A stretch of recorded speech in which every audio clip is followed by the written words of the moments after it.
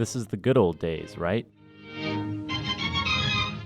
Back when everything was gray? 15 cents, please. Well, those days are gone, and they ain't coming back. But we can still cling to tradition in these modern times.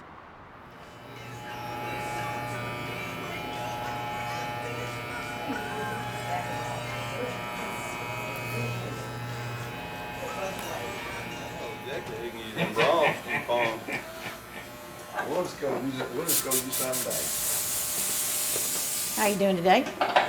Good. We'll be with you shortly.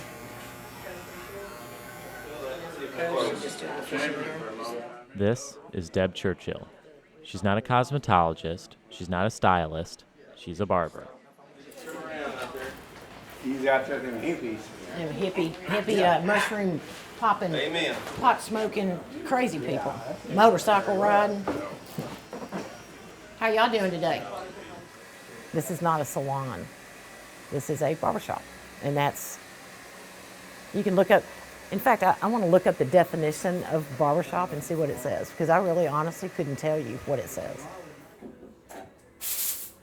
It says the place of business of a barber.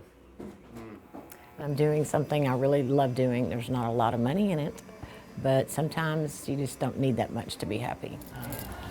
I've had guys in here that have had both. You know, they've had the straight and then they've had mine. They said mine's always closer, hands down. OSHA came in and said that we could not use the same razor on each face because of AIDS and hepatitis. So it really changed things for the barber. A lot of barbers quit doing them, period, because they weren't able to use the other one. But I decided to market a different kind of shave. And I'm the only one that I know of that does this. At first, that's what I thought was so cool and nostalgic about Northside and about Deb. She's adapting and finding new ways to do things to keep these traditions alive. That's what I thought the classic barbershop was all about. Hot lather and pomade and old men complaining about their wives.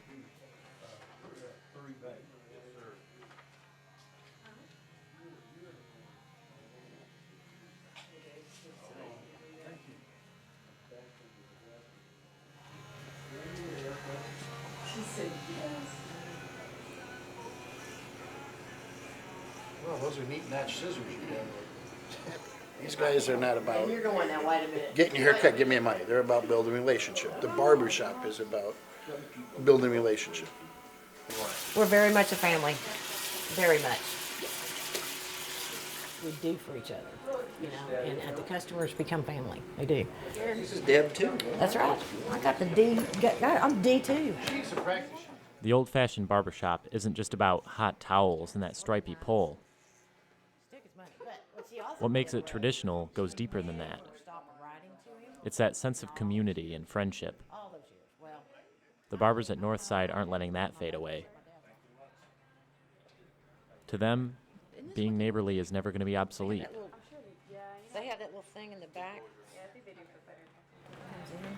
We have them from first haircuts ever to, I've got a guy that's 92 years old, sharp as a tack. He wouldn't go anywhere else. I just think it's the conversation, it's the comfort. People come in and they go, this is a barbershop. This is a real barbershop. Hey guys. Hey Pop. How you doing? These people are, like I said, they're friends. They're kind of family. And there's that extended relationship with them. When you come in here, these people are your friends. You know, you're paying for a service, but you get more than what you pay for. It's your friend's cutting your hair. She's going to make sure it's right. And, you know, I'm a guy, so having an attractive woman give you a good haircut, that's nicer than having a guy give you a good haircut. Well, I think barbers, though, you know what I mean, as far as a way of life or a living. It's definitely a dying breed. It is a dying breed. And it's really hard to save a bunch of money because you don't charge a bunch of money. You know, like telling you about my bar strap, me talking to you about your testosterone stuff. You know what I mean? Yeah. It's cool because I think, male or female, I think the guys tend to feel more comfortable with a barber. Getting that testosterone getting regulated. There you go. But I tell you what, I've told you, there's been a couple of guys, older, young, and I've told them, get it checked, and they've come back. This older man, did I tell you about this earlier, about the old guy giving me $20 tip? This guy's in his 75 or so. Yeah, you told me about I did, didn't I? Yeah. Well, he came in the other day and got a haircut again. He said, Deb, I still can't thank you. I don't know what he's doing to that woman of his.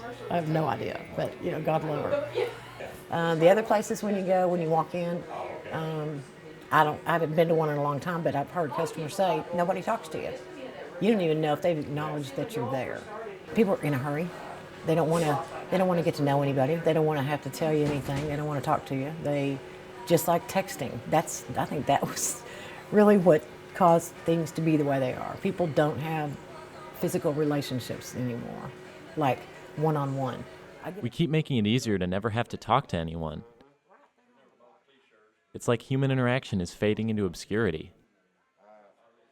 I feel like we're so preoccupied with trying to be independent that we forget about human people. Oh, just the front sticking out? Yeah. Probably not for you. Nah, probably not. Okay, it's cool. That's cool. You're already looking like Brad Pitt from that side. I think so. I think so too. I think it's working. Oh, I know. That's going to be They feel comfortable here, and I think that it's kind of gone by the wayside. I really think it has. You went to the barber shop, and the barber knew your dad, and he knew all the kids in the family by name.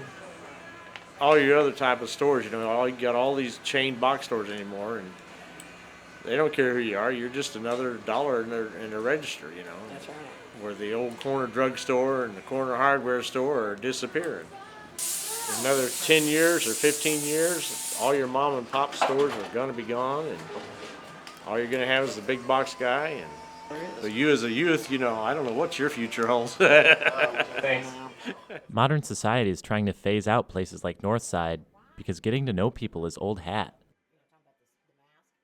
If his generation understands the value in personal relationships, then so can I. This is one community I want to be a part of. These are your smart Alex right here. Are they? Right here, yeah. I'm sorry, I have Generally, kids, no, listen to me, this is true. It's a true story.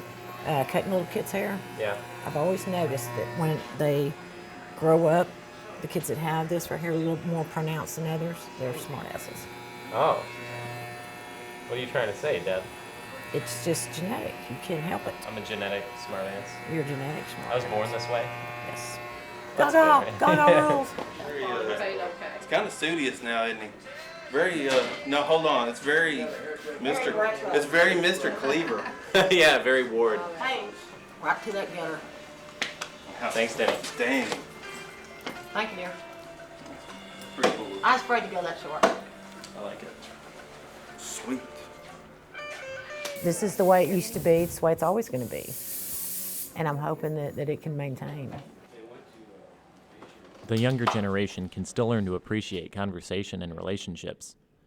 Maybe nothing has to fade away after all.